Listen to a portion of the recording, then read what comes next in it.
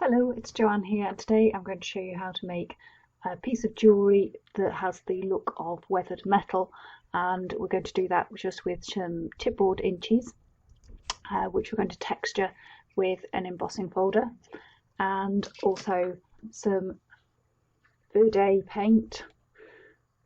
Get that the right way up, there you go, that's VerDay Paint, that's by 10 Second Studio, and some of their Patina solution, also 10 Second Studio.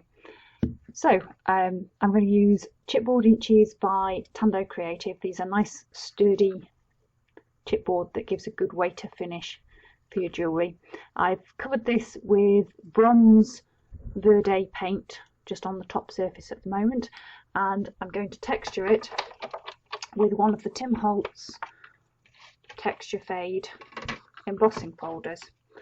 I find it's easiest to do one at a time, and then I can be sure where I'm placing and hold it in position as I close the folder. I want to have my stripes running from corner to corner of the inchy, and I'm going to do 3 in different places. I'll just do one to show you, but I'll do 3 in different places so the stripes run slightly differently on each one. So here's the first one. Use whatever sandwich is appropriate for your machine, and pop those through. It's a little bit stiff just as you hit the inchy. I'm going to reverse that out so they don't knock over my recording equipment. And we should have a nicely textured, see if we can get that back in focus.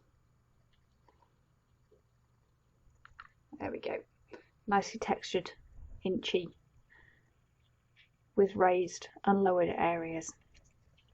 So with the 10 Second Studio paint, what you need to have done is to coat your inchy and then leave it to dry thoroughly. You need to leave it to dry for at least an hour, and preferably longer than that, because the patina solution is going to react with the wet paint and not with the dry paint. I find that with most weathered metals, it's actually the low points that have the most patina, I suppose because the high points tend to get rubbed and those stay more polished. So what I'm going to do is use a paintbrush to apply some paint. Give this a shake before you use it any time. And that's, I'm afraid, sent my focus out. I didn't like the movement. Okay, so I'm just going to use a small paintbrush and get a little bit of paint on the brush, pick up my inchy, and in the low points I'm just going to swipe in a little bit of paint. Doesn't need to be terribly accurate because it's a fairly grungy look to the embossing on this design. If you were doing something that had a more delicate design, you might find it a little bit trickier. So choose your folder knowing that you're going to be doing this.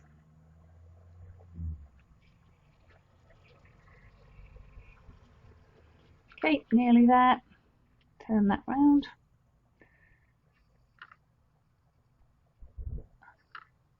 And just in those 2 little indentations. Okay, so that's your paint applied. It's not a long process. Then I'm going to pop some scrap paper under here so that I can move it easily without touching it. If you were going to do anything where you needed to touch, it would be best to put some gloves on because the patina solution is a skin irritant. So put some gloves on if you're going to touch anything that has the solution on it. Okay, I'm just going to give that a spritz. Then this is not something for the impatient crafter. You need to set that aside for the reaction to take place. For metal it says leave it for 48 hours. I actually find when I'm working with painted chipboard that leaving it overnight or leaving it for a day is fine. That's plenty of time, but it does take a while for the reaction to develop. So you're going to set that to one side. Obviously I'm not going to make you watch a day-long video, so I've got some here that are already prepared. Hopefully you can see on these that the patina solution has reacted with the wet paint and it's given it that nice blue-green patina just on the low spots. So we're aiming for 3 to make the complete piece. This one was done with copper. The one I'm working on at the moment is bronze, gives a similar kind of greeny blue patina, just a different metallic finish.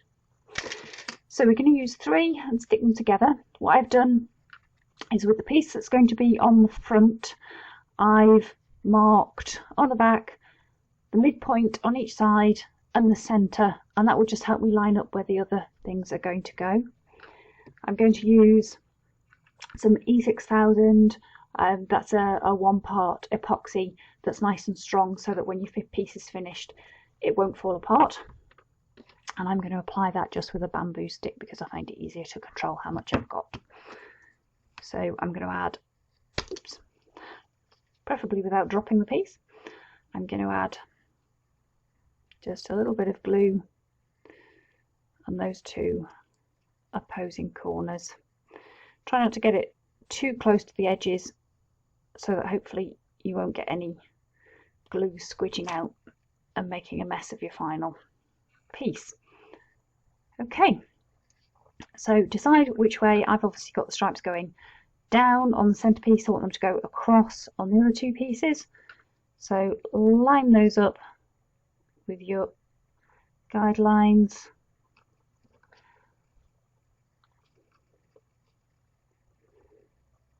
Squidge them down into the glue.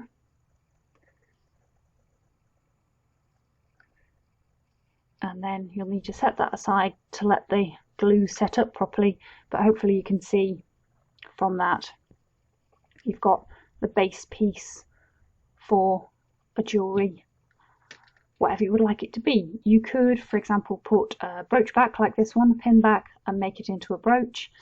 Or what I did with the copper one was to make a hole in the top. I just used a piercing tool to make a hole in the top and put a sturdy copper jump ring through there, and then I made some coils from the same copper wire, just used jewellery pliers to coil that. I actually treated those with some of the patina solution. It works on copper metal as well. Left those for a little while so they've got some green patina on there, and used super glue to add those, to add an interesting textural element to the jewellery. So, as I say, not one for the impatient crafter because of the length of time that you have to wait for the patina solution to work, but it does give a really nice random weathered metal finish to your pieces, and it's an easy technique to do. Hope you'll give that a try, and I'll see you again soon. Thanks for watching.